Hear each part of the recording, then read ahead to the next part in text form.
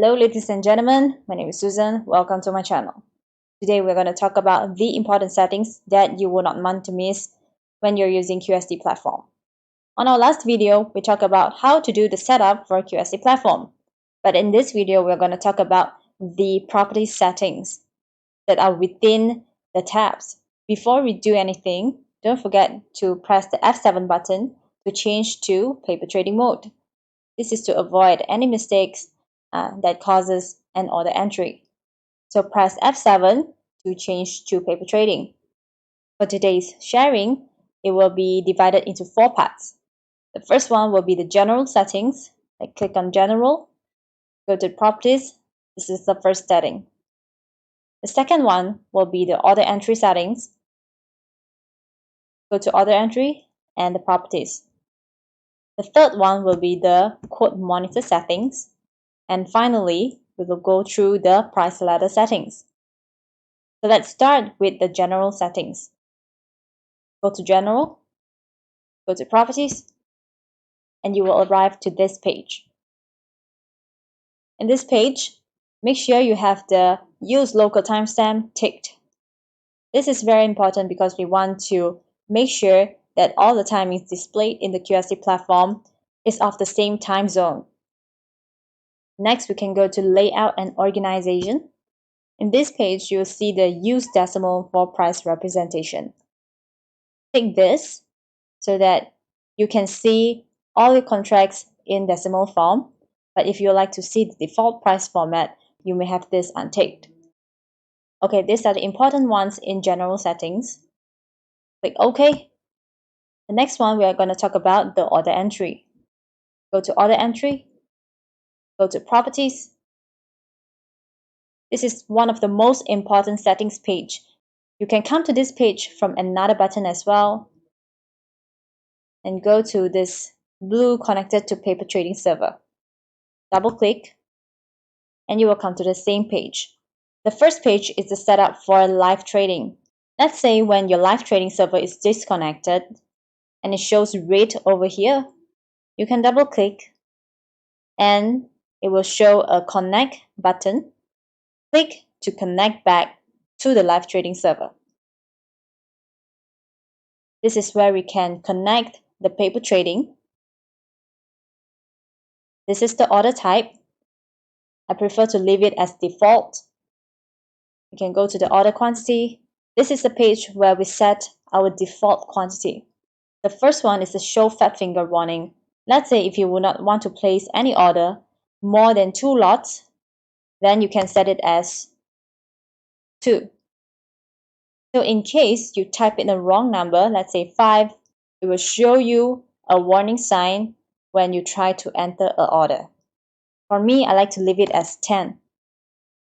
And this is the use default quantity for all orders. This I will leave it as 1. But if you usually place 2 lots and above, you can change it to 2 as default. Next, go to action and properties. Here you can choose whether you want to start a live trading or paper trading when you first log in an account.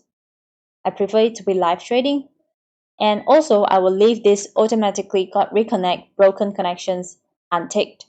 Because if the reconnection is too frequent, it will cause some difficulty to the platform. And next, the most important one, when placing an order, I choose the preview the order. But if you are more familiar with QST already and you want to enter order quickly, you can change it to enter the order immediately. And here you can test it out whether you want these confirmation buttons or not. For the fields section over here, this setting will affect the traders who did spreads trading. You can test it out, tick or untick, and change differential to legs. It will affect the way it calculates the P&L if you trade spreads. But if you only trade outright, it doesn't make much of a difference. However, the P&L calculation here is for display only. It doesn't really affect the cash balance in your account.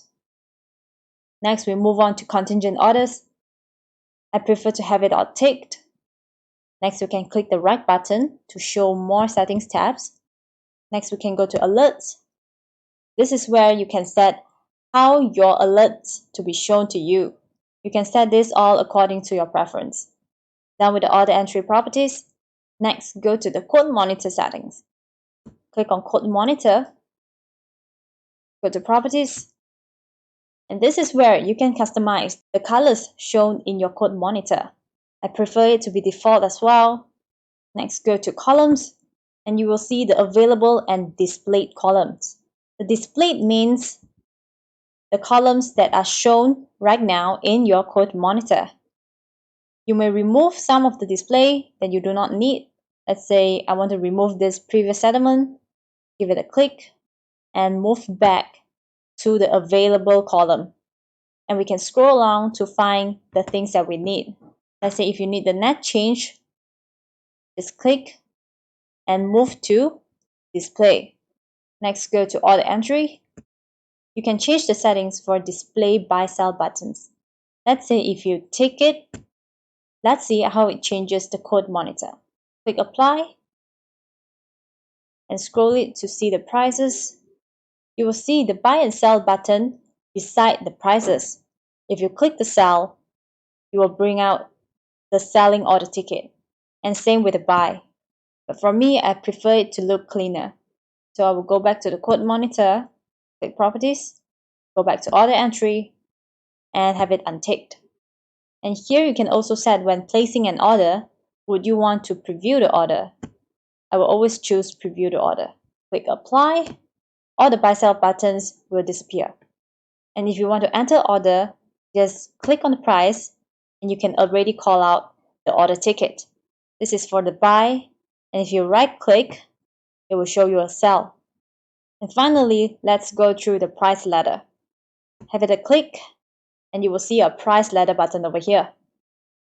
Click on price ladder, click on properties, and this is where you can customize the color of your price ladder. Go to layout. This is where you set the buttons shown on your price ladder. Let's say I want to clear all this from my price ladder. So just go to these boxes and have them all unticked.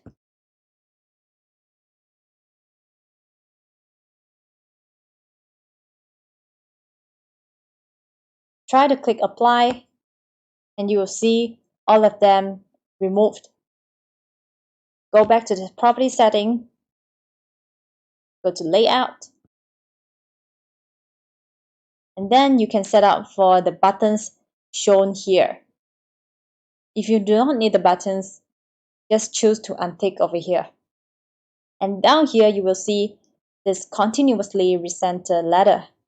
If you tick it, that means the price ladder will move according to the market price.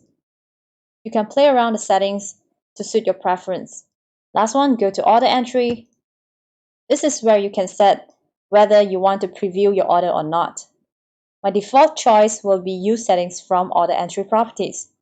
If you are more familiar with QST, you can choose to go without previewing the order, which is just enter order immediately. Price ladders are very suitable for traders who want to enter price quickly in the market. So if you are more familiar with trading already, it is good to use the price ladder and choose to enter order immediately.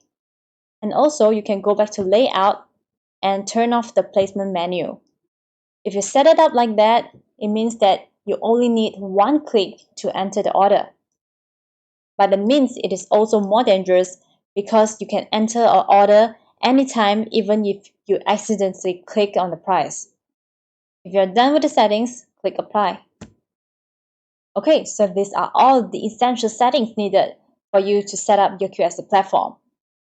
Okay, after you have done with the settings, there's one more tip that is useful if you like to use the price ladder. Go to this little button over here, click it, and click yes. You can see the color change to orange.